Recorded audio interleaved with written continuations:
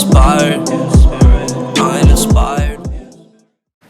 Hey there guys, how's it going? My name is Sumit Chatterjee from the Flow Zone Academy, and I'm a flow state coach, which means that I help you feel better and perform better. I'm recording this video today to wake up those people that are in that dark space of mind, okay? Maybe you're staying up at night and looking up at the stars and getting very hopeless, romantic, poetic, tormented soul on yourself. Look, you can only stay there for so long, okay? You control your own vibe. You're not sad, you're putting yourself into a sad state. And unfortunately, it's an unconscious process that's happening, and it's a learned response that's happening that your body and your mind and your spirit is used to. And it's falling into that pattern. Hey, okay, one existential night of the soul, it's important. But that dread, that feeling of dread that keeps going and coming up again and again and again and again, you're going to have to break that loop. Okay, in cognitive behavior theory, you talk about thoughts affecting your emotions, affecting your actions. Okay? So your thoughts directly influence your actions that you take. So if you're having thoughts that are existential thoughts, guess what? You're going to be feeling sad, the emotion, and then you're going to be taking actions that are going to keep you sad. You know, scrolling a really depressing Tumblr page in slow motion with dim lighting. Right? I'm exaggerating it for you because this is what you might be doing right now.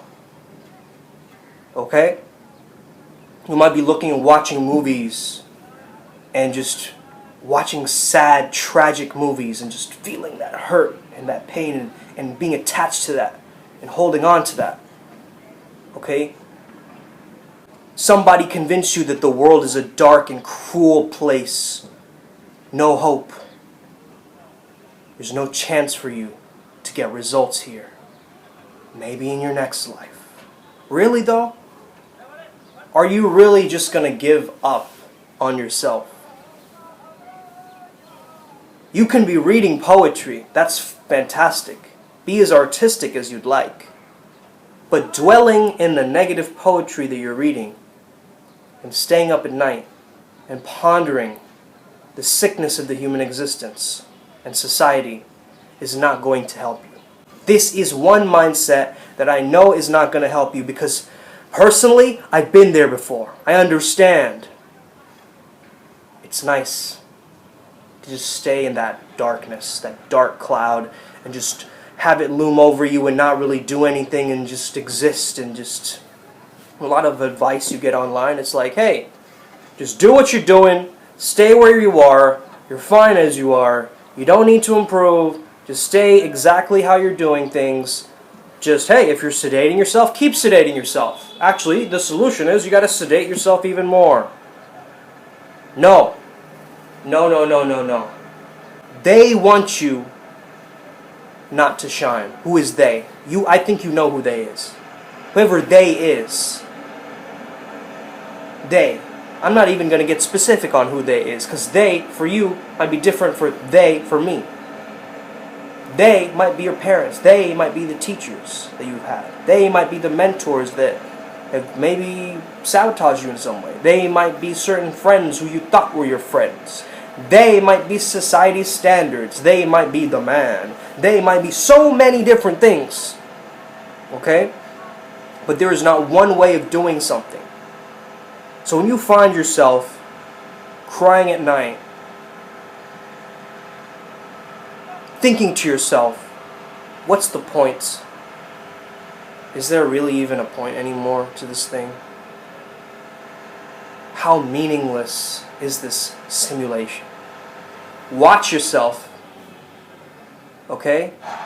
Just because you think, oh, this is all a simulation and illusion, you're going to get yourself into some really big trouble. And your justification is, oh, it's just a simulation. No, you got to look after yourself. You got to love yourself. You got to treat yourself better. Okay? Be your own best friend. Be your own lover. Be your own companion. Because you're going to lose people in your life, but you aren't going to lose yourself. And even if you have lost yourself, you probably found yourself again. You needed to lose yourself in order to find your real, authentic self. So if you're reading Dostoevsky in the middle of the night, curled up in your bed, just tormenting yourself, maybe you're not living in the lifestyle that you want, and you see the environment around you and it's sickening to you, and you just want to get out, and you want some way out, but you're isolated at home and it's this lockdown thing. Look, I feel that. I get you. I understand that you're going through this right now. But you can't let your mindset falter. You can't let your subconscious mind win. You've got to take power over your subconscious mind. This is where things like hypnosis come in, or meditation comes in, or being able to open that gateway up right before you sleep and right when you wake up. You've got to change that. You've got to change the images, the sound cues, the little sound bites in your mind, as well as the physical sensations that you're having. You've got to change these three things in order for you to change this life around. So maybe it starts with reading a positive post and it not landing for you. There's a reason it doesn't land for you, because it's not in your frequency.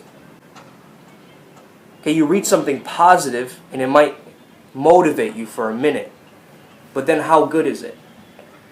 No, you've got to learn how to embody those words. You hear something, you read something, you apply it in a way to take you further towards your destination.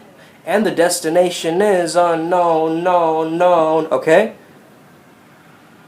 So you've got to be able to understand that I love the unknown. I don't know what's going to happen, but I love that. I understand that this is an adventure, a quest, that there's going to be monsters and random strings of events happening and random plot twists of events. But guess what? You were there in your composure, in your stoic nature, in your chill mode. And when people tell you just relax, man, it's very difficult to relax, actually. You notice how much tension there is in your body, and it's quite difficult to relax. It's not an easy thing to do. People think it's this easy thing to do, like, just be happy, bro. No, these are conventional wisdom. Okay, they're not going to help you because there is specific advice for you, to you, by you. Okay? And the answers come from when you sit with yourself and stop running away. So whatever your little mechanism is, your little vice is, that's okay. Recognize what it is and know that you've got to attain power over it. Never let an exogenous substance, never let a substance that is outside of you, external to you, control your ability to get into the flow state. Because ultimately, you need four things actually. You need four things: intelligence, communication, self-talk, visualization. If you have all four of these things, you can get yourself out of that existential dark night of the soul. You can. You really, really can. But you've got to commit and you've got to trust and hope in yourself. That learned helplessness is what is keeping you stuck. You know about learned helplessness, Martin Seligman? Okay, so this elephant is trapped around a little string based on a tiny little door, and it can easily break through that, but it's not choosing to because it's been taught that it's stuck, that it's in a cage, that it can't move. You're not a tree, so get moving. You're not stuck. Sad tree music in the background starts playing. You might not be sad, but your posture is sad. You get this? You might not be sad, but you're playing breakup sad music. You get this? You might not be sad, but what you're doing is you're telling yourself, I am sad, instead of I'm feeling sadness. You get this? You're identifying with it. You might not be sad, but what you're doing is you're dimming the lights down so much you're not letting in any sunlight into your room, or opening the windows, or letting that energy circulate, that feng shui. You get this? Do you understand that your physiology, your neurology has got to be under your control? If you feel like you're out of control, it's perfectly valid for you to feel out of control. Okay, you might have some OCD, you might be bipolar, you might have so many different symptoms and diagnoses, all of this. At the end of the day, you know that you're here to enjoy this human experience to the best of your ability, to the best ways that you can. So figure out what that means to you and figure out where you want to get to. And set really realistic goals and embryo step it along the way, right? Embryo step even smaller than a baby step, right? And just keep moving the pendulum. The pendulum goes this way. You know there's something great that's about to happen right after that. So dark night of the soul, existential night, yes, okay. I had one of those nights a few nights ago, okay, where I relapsed. And I recognized, hey, I needed to cry this out so much so I could heal, and I felt so good the next day. Wow, I really needed to let go of those tears. I was definitely harboring some emotions inside of me, okay?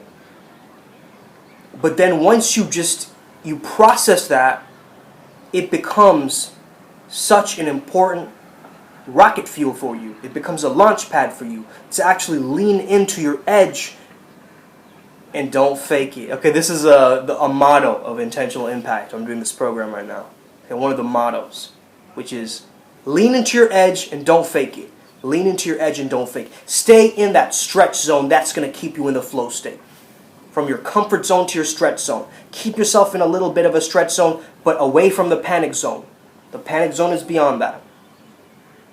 Panic zone is like, whoa, I just went to a new country on a spur of the moment. I don't know where I'm going to live. I don't know where I'm going to stay. Whoa, that's a bit intense. Why didn't you plan that trip? You know what I mean? Yes, spontaneous moments are incredible. Okay, overnight, you go somewhere, you do something, but you're going to get panicked. You're stepping into the panic zone all of a sudden, right? Suddenly you call your ex out of the blue. Whoa, that's it. You're stepping into the panic zone, brother or sister. Okay? Listen, you've got to stay in the stretch zone. Keep the stretch zone going. That's going to keep you in this perpetual microflow. And then that's going to keep you looking forward to something. Set up a passion project. Have something that you're really, really nerdy about and start reading about it online, right? And just look it up and go into it. Go into the depths of this thing, right? Don't just read one book about it. Right? I'm a nerd when it comes to flow. You think I don't have all of these books? Art of the Impossible, Be Water My Friend is back there. Right? Flow, of course. Stealing Fire. Okay, all of these books. I've read it. I understand it. But again, it's different to reading about flow than being in the zone. Okay? I want to merge my hemispheres when it comes down to this thing, and this is what I want to teach you guys to do as well. So if this video resonated with you, if you are stuck and you're in the same state, you're doing the same shit over and over again, listen, this video, let it be a wake-up call for you. Start changing things around. Start breaking the pattern of the thoughts connected to the emotions, connected to the actions, which the actions, again, create another thought. But if you can control your thoughts and reframe the thoughts, and you start speaking to yourself like a best friend, like a kindergarten teacher sometimes, and you give yourself that pat on the back, and you give yourself that momentum, knowing that you got to stay self-driven, it's going to change your life, okay? I got to get going now. Got a call coming up very soon. May the flow be with you, and stay legendary. See you next time. Boom.